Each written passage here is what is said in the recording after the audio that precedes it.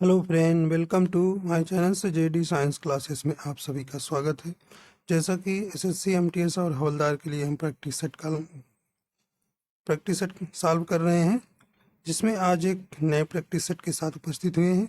इसमें भी काफ़ी अच्छे प्रश्न हैं जो आपको आने वाली एसएससी एमटीएस और हवलदार अप्रैल में परीक्षा होने वाली, उसमें आपको यहाँ से प्रश्न देखने को मिलेंगे। तो आशा करता हूँ आप सभी अच्छे होंगे, और अगर हमारे आप चैनल पर नए हैं तो चैनल को आप सब्सक्राइब कर लीजिएगा ताकि आपको नोटिफिकेशन मिलता रहे। आइए देखते हैं, पहला प्रश्न है। देखिए, सामान्य ज्ञान के प्रश्न हम करा रहे हैं।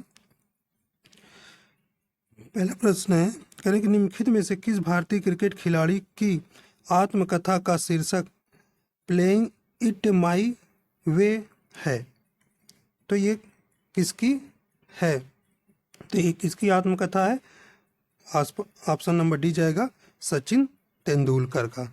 सचिन तेंदुलकर की जो है आत्मकथा है। देखिए, और देखिए जैसे सौरव गांगुली की आत्मकथा a century is not enough. जो सौरव गांगुली की जो आत्मकथा है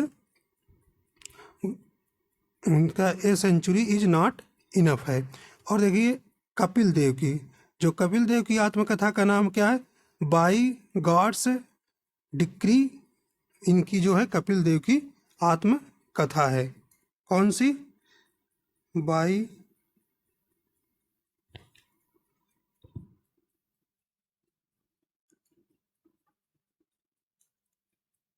बाई गॉड्स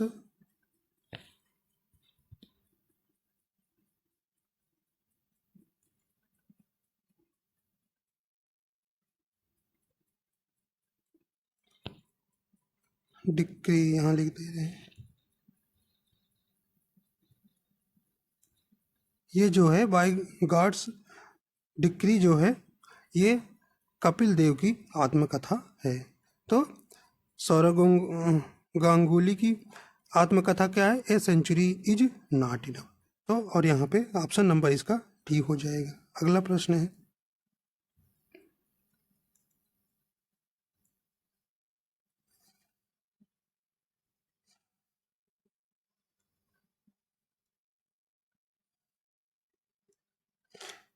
देखिए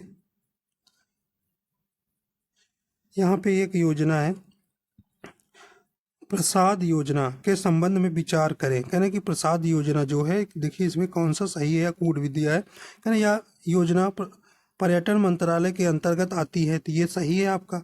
यह तीर्थ स्थलों के विकास और पहचान पर केंद्रित है, ये भी आपका सही है।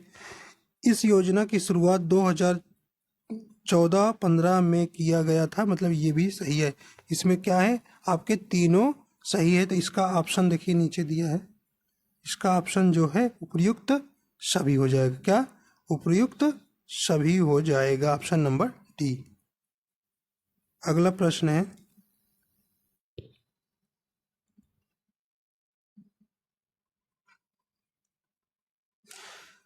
स्पेस नामक एक बृहद पेशी सीट छाती गुहा के तल का निर्माण करती है। कौन हो जाएगा? ऑप्शन नंबर ए हो जाएगा डायाफ्राम। डायाफ्राम, यह जो डायाफ्राम एक गुंबद के आकार की कंकाल पेशी है जो उदर गुहा की छत का निर्माण करती है। डायाफ्राम का परिधि पेशी भाग अरोस्थि प्रवर्ध और छह पसलियों और उनके भरसुक उपस्थितियों से उत्पन्न होता है। तो ये ऑप्शन नंबर आपका कहाँ हो जाएगा? ए नंबर सही है इसका, डायाफ्राम। अगला प्रश्न है, स्वतंत्रता के बाद निम्नलिखित में से कौन किसी भी खेल में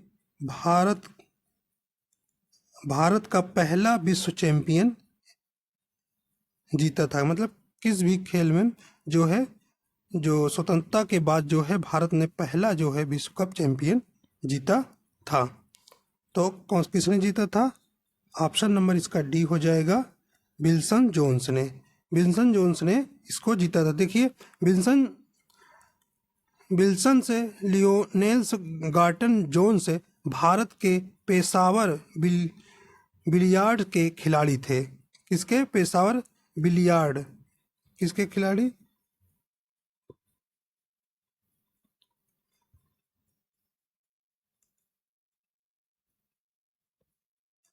बिलियार्ड्स के ये क्या थे? खिलाड़ी थे जो विल्सन जोन्स थे। ये स्वतंत्रता के बाद पहले ऐसे खिलाड़ी थे जो भारत के लिए पहले विश्व चैंपियन, जो 1958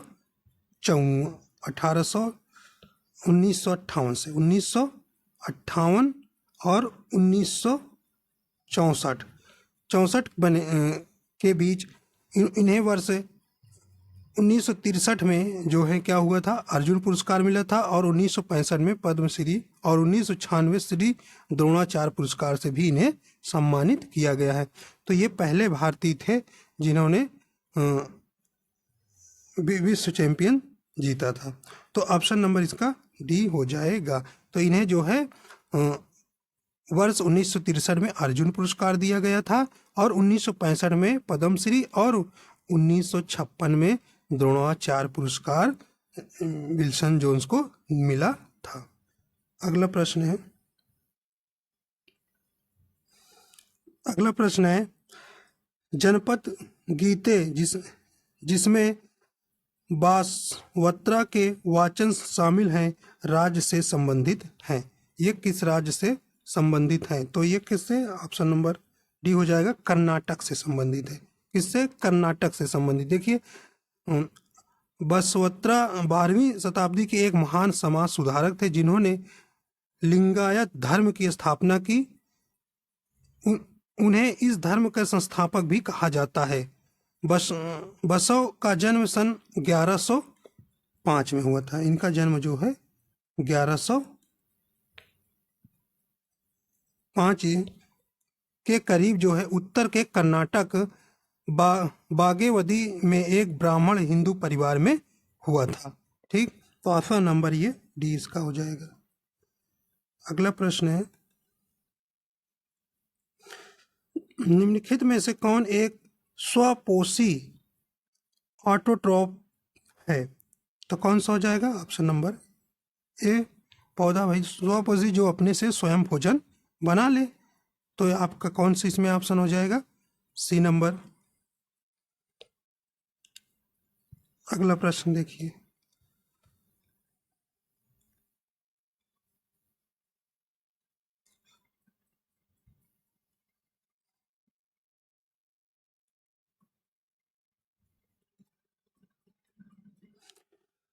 अगला प्रश्न है भारतीय संविधान का निम्नलिखित में से कौन सा अनुच्छेद हमें धन विधेयक का विवरण देता है?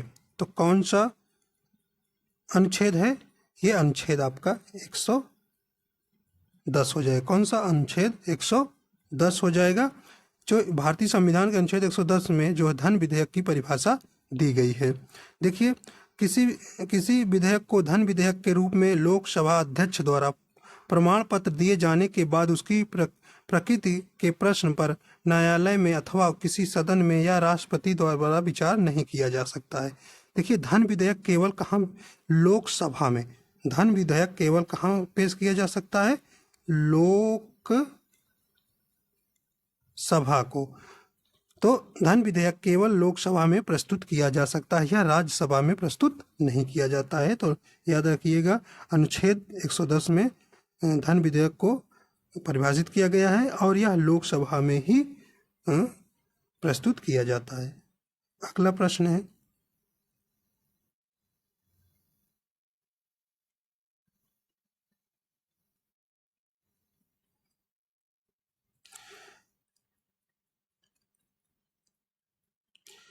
अगला प्रश्न है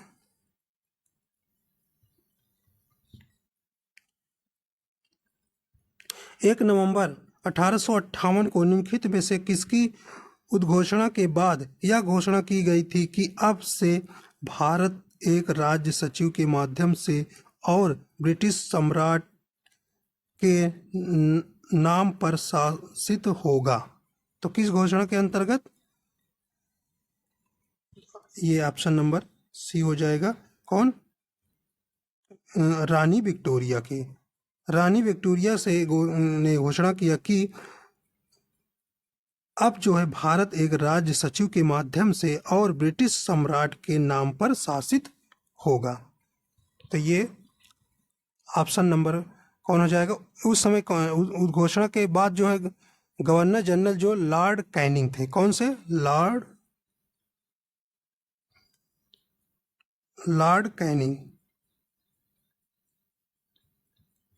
लॉर्ड कैनिंग भारत के प्रथम से वायसराय तथा अंतिम गवर्नर जनरल बने थे इस समय। जो कि कौन पूछा आपसे जाता है कि प्रथम वायसराय कौन थे, तो आप बताएंगे जनरल लॉर्ड कैनिंग। और अगर कहें अंतिम से गवर्नर जनरल, ये देखिए अंतिम भी थे और पहले भी थे, कौन थे? लॉर्ड कैनिंग से जो थे गवर्नर वायसराय और गवर्नर जनरल भी थे। तो ये जो है देखिए 1 नवंबर 1858 का महारानी विक्टोरिया का घोषणा पत्र इलाहाबाद में लॉर्ड कैनिंग ने पढ़कर सुनाया था और इसकी उद्घोषणा की गई थी। तो ऑप्शन नंबर इसका डी हो जाएगा। तो इस समय कौन थे? आपसे इस समय पूछा भी जा सकता है कि ये जो घोषणा हुई थी वो कौन पढ़ के सुनाया था, तो लॉर्ड कैनिंग थे, याद रखिएगा। अगला प्रश्न देखते हैं।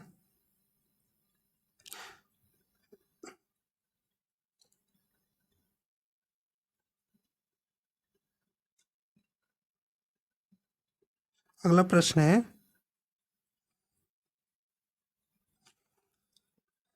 तराइन की पहली लड़ाई वर्ष स्पेस में लड़ी गई थी। देखिए तराइन की पहली लड़ाई कब लड़ी गई थी? ऑप्शन नंबर डी हो जाएगा 1991 में। देखिए इसमें पृथ्वी राज ने मोहम्मद गोरी को क्या कर दिया गया था? परास्त कर दिया था, मतलब उसे हरा दिया था। लेकिन देखिए इसी एक साल बाद, मतलब कि 92 में 1992 में फिर दोबारा गोरी ने पृथ्वीराज पर आक्रमण किया, जिससे पृथ्वीराज को क्या कर दिया गया? कर दी उसने परास्त कर दी। तो मोहम्मद गोरी ने पृथ्वीराज को क्या कर दिया?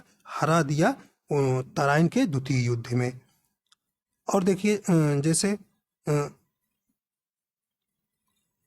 चंदावर का युद्ध है। देखिए चंदावर का युद्ध हुआ था 1194 में। 1194 में 94 ईस्वी में मोहम्मद गोरी ने जयचंद को हराया था। मोहम्मद गोरी ने जयचंद को। कभी पूछता है चंदावर का युद्ध किनके किनके बीच हुआ, तो याद रखिए जयचंद और मोहम्मद गोरी के बीच। और देखिए पानीपत का प्रथम युद्ध 1526 में बाबर ने इब्राहिम लोदी को हराया था, जिस कारण से मुगल शासन स्थापित किया। तो आपको ये याद रखना है। तो कह रहे हैं कि तराइन की पहली लड़ाई जो है 1191 में हुई थी, जिसमें पृथ्वीराज ने मोहम्मद गोरी को परास्त किया था। फिर द्वितीय हुआ था 1992 में, जिससे मोहम्मद गोरी ने पृथ्वीराज चौहान को परास्त कर दिया था। देखिए यहाँ पे आपका ऑप्शन नंबर डी जाएगा। अगला प्रश्न देखते हैं।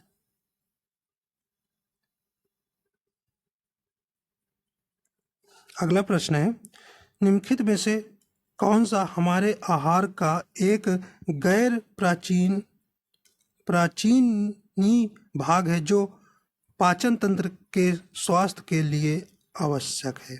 बताइए आवश्यक है किसके लिए? तो ऑप्शन नंबर आपका कौन हो जाएगा? बी नंबर क्या होगा? खाद्य रेशे। देखिए खाद्य रेशे जो आहार में उपस्थित रेशे तत्वों को कहते हैं। ये पौधों में मिलने वाले ऐसे तत्व हैं जो स्वयं तो अपाच्य होते हैं, किंतु पाचन तंत्र के लिए आवश्यक होते हैं। रेशे जो हैं शरीर की कोशिकाओं की दीवार का निर्माण करते हैं। इनको एंजाइम से भंग नहीं कर पाते हैं, अतः ये अपाच्य होते हैं। कैसे होते हैं? अपाच्य होते हैं। तो ऑप्शन नंबर इसका बी सही है। अगला प्रश्न है, देखिए भैया अगला प्रश्न, स्वतंत्रता के बाद पहली बार भारत के किस ओलंपिक खेल में पुरुषों की हॉकी स्पर्धा में स्वर्ण पदक जीता था? बताइए भी। तो ऑप्शन नंबर किस में कहाँ जीते थे? लंदन में। देखिए स्वतंत्रता के बाद पहली बार भारत ने लंदन ओलंपिक 1948 1948 में पुरुषों की हॉकी स्पर्धा में स्वर्ण पदक जीता था। पुरुषों की हॉकी स्पर्धा में स्वर्ण पदक जीता गया था। कहाँ? लंदन में। कब? 1948 में। अगला प्रश्न देखिए।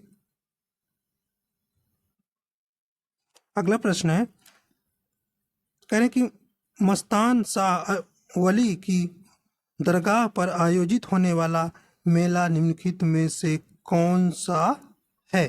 देखिए कौन से है? मस्तान शाह अली की दरगाह पर आयोजित मेला।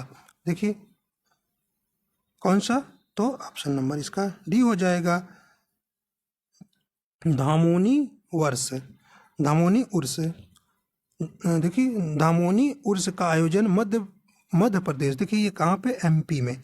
एमपी में मध्य प्रदेश के सागर जिले के धमोनी में होता है। ऐतिहासिक दृष्टि से इसका महत्व है, जहाँ दो मकबरे हैं। इनमें से एक जो है बलजीत शाह का मकबरा है। यहाँ दो मकबरे हैं, जिनमें एक बलजीत शाह का मकबरा है, जिसे अबुल फजल का गुरु माना जाता है। दूसरा है मकबरा मुस्लिम संत मस्तान शाह वली। कौन? मुस्लिम संत। दूसरा मकबरा है मुस्लिम संत मस्तान शाह वली को है, जिसके उपलक्ष्य में इस वर्ष का आयोजन देखिए कब होता है? अप्रैल और मई माह में इसका आयोजन हर साल किया जाता है। तो ऑप्शन नंबर इसका डी हो जाएगा। आइए अगला प्रश्न चलते हैं।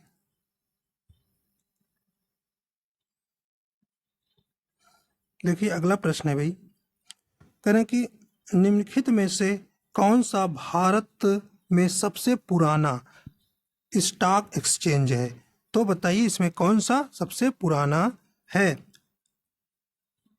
तो कौन सा हो जाएगा? ऑप्शन नंबर बी हो जाएगा, BSE। BSE मतलब बॉम्बे स्टॉक एक्सचेंज की बॉम्बे स्टॉक एक्सचेंज। देखिए इसकी स्थापना कब हुई थी? 1800। सबसे पुराना है भी है, भारत का ही नहीं एशिया का भी है। ठीक, 1875 में। कहाँ? कब स्थापना? 1875 ईस्वी में स्टॉक एक्सचेंज देखिए मुंबई के नाम से की गई थी। पहले इसका जो है स्टॉक एक्सचेंज मुंबई के नाम से की गई थी, जिसे 2002 में, देखिए 2002 में बदलकर बॉम्बे स्टॉक एक्सचेंज कर दिया गया। यह देश का ही नहीं बल्कि एशिया का सबसे बड़ा पुराना स्टॉक एक्सचेंज है। देखिए इसे अस्थाई मान्यता कब दी गई थी? 1956 में। 1956 में जो है इस Mumbai stock exchange security contract regulation act 1956 के तहत अस्थाई मान्यता मिली थी। ठीक, आप इसे तो देखिए बॉम्बे स्टॉक एक्सचेंज की स्थापना कब हुई थी? 1875 में। ठीक, और यह एशियन का ही सबसे बड़ा स्टॉक एक्सचेंज। ठीक है, तो आप इसको याद रखिएगा, ऑप्शन नंबर बी हो जाएगा इसका। अगला प्रश्न देखिए। अगला प्रश्न है, सिपाही विद्रोह किस वर्ष समाप्त हुआ? देखिए शुरू नहीं पूछा है भैया, समाप्त पूछा है। ठीक है, हाँ, तो इसमें 1857 ऑप्शन भी नहीं दिया, तो जल्दबाजी में आप लगा भी नहीं पाएंगे। तो कहने का मतलब है कि आपको समाप्ति वाला पूछा है। तो समाप्त कब हुआ था? 1858 में समाप्त हो गया था। देखिए जो 1857 विद्रोह था, ये भारत के प्रथम स्वतंत्रता संग्राम के नाम से भी जाना जाता है। ठीक है, यह विद्रोह की शुरुआत जो है 10 मई, कब? 10 मई 1857 को उत्तर प्रदेश के मेरठ शहर से हुई थी। सिपाही विद्रोह के जो मंगल पांडे के इसके विरोध करता माने जाते हैं, यहीं से जो है मेरठ के छावनी से ही इसकी शुरुआत मानी जाती है। तो असफल, देखिए ये कैसा रहा? असफल रहा, लेकिन एक प्रकार से अंग्रेजों ने इससे क्या हिल गए थे। हाँ, तो इससे अंग्रेज जो है हिल गए थे, जिस कारण से ये काफ़ी बहुत इतिहास में बहुत चर्चित है 1857 की क्रांति। देखिए इस और कुछ इसमें याद रखिएगा नोट में कि 1857 के विद्रोह का समय जो है इंग्लैंड के प्रधानमंत्री कौन थे? तो पाल्मस्टन थे। कौन थे भाई? पार्मस्टन जो है उस समय ब्रिटेन के प्रधानमंत्री थे। और देखिए गवर्नर जनरल भी आपसे पूछता था 1857 की क्रांति के समय, उस समय गवर्नर जनरल कौन था? तो भैया लॉर्ड कैनिंग थे। कौन थे? Lord Canning. याद रखिएगा, ये आप ध्यान दीजिएगा, बहुत बार पूछा गया प्रश्न कि 1857 की क्रांति के समय गवर्नर जनरल कौन थे? तो लॉर्ड कैनिंग आप याद रखिएगा। ठीक है, ठीक। और प्रधानमंत्री आप जान लीजिए पार्मेस्टन थे। अगला प्रश्न देखिए। अगला प्रश्न है, पैटकर्स चित्रकारी स्पेस की अद्वितीय सांस्कृतिक प्रतीक है, ये कहाँ की है? तो ये ऑप्शन नंबर हो जाएगी ए नंबर, झारखंड की। कहाँ की? झारखंड की ये है, जो है पैटकर से चित्रकारी है। कहाँ की? यह जो है पैटकर पेंटिंग देश का चित्रकला के सबसे प्राचीन स्कूलों में से एक है, जो झारखंड राज्य की लोक कला की एक रचनात्मक अभिव्यक्ति भी है। तो ऑप्शन नंबर इसका डी हो जाएगा। पैटकर अभी चित्रकारी कहाँ की है? झारखंड की। अगला प्रश्न है,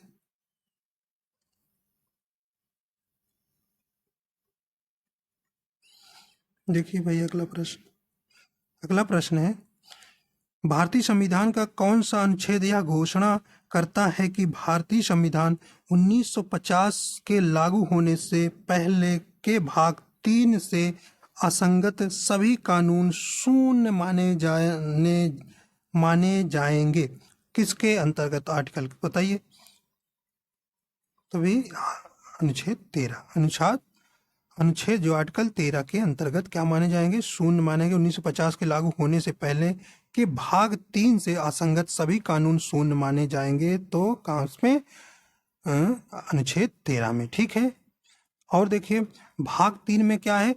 मूलभूत अधिकार है। मूलभूत अधिकार है कितने से कितने?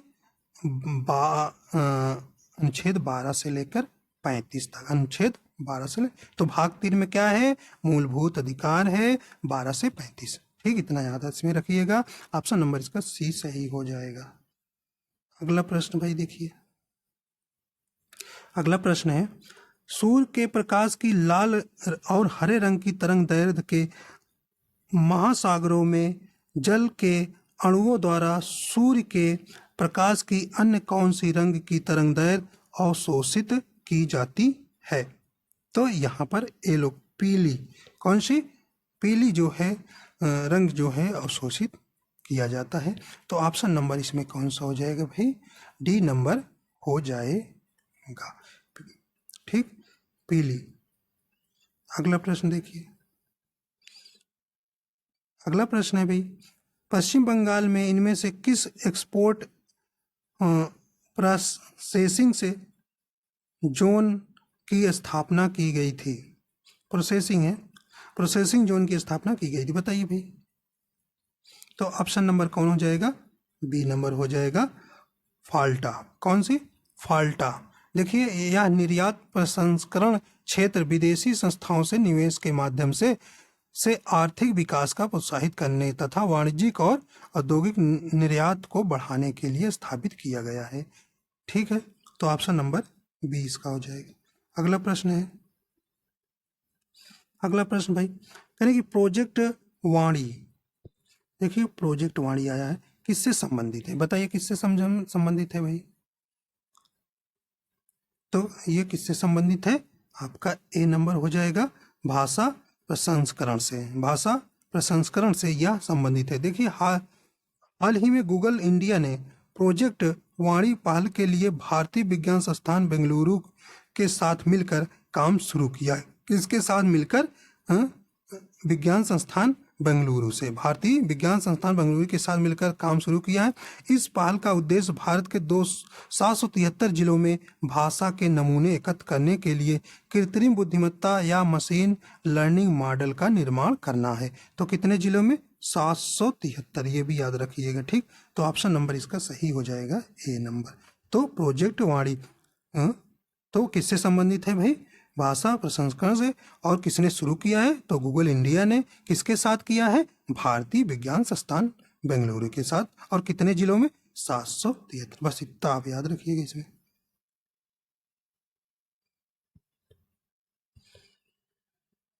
आओ भाई अगला प्रश्न देखते हैं। देखिए भाई 60 नंबर प्रश्न देखिए।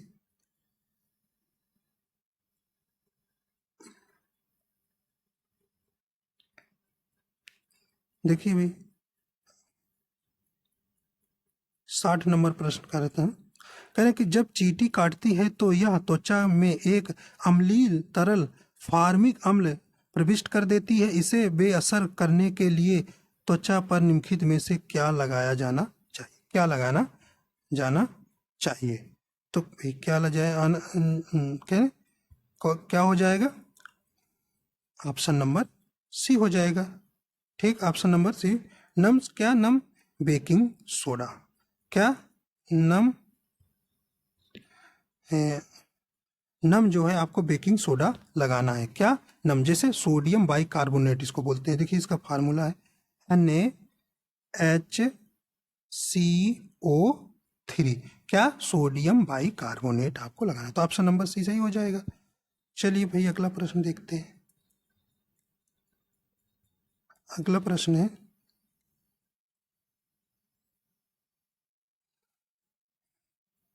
अगला प्रश्न है, कहें कि निम्नलिखित में से किस प्रधानमंत्री ने 1985, देखिए 1985 में अखिल असम गण संग्राम परिषद के साथ असम समझौते पर हस्ताक्षर किए थे? बताइए।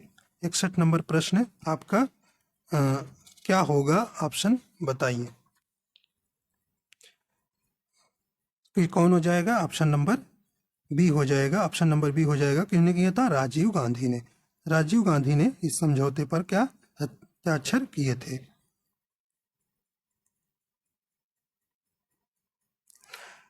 ठीक, अगला प्रश्न देखिए। अगला प्रश्न है, निम्नलिखित में से किस वर्ष को मीठे पानी के अंतर्राष्ट्रीय वर्ष के रूप में मनाया गया था? बताइए किस वर्ष? तो ऑप्शन नंबर कौन सा हो जाएगा?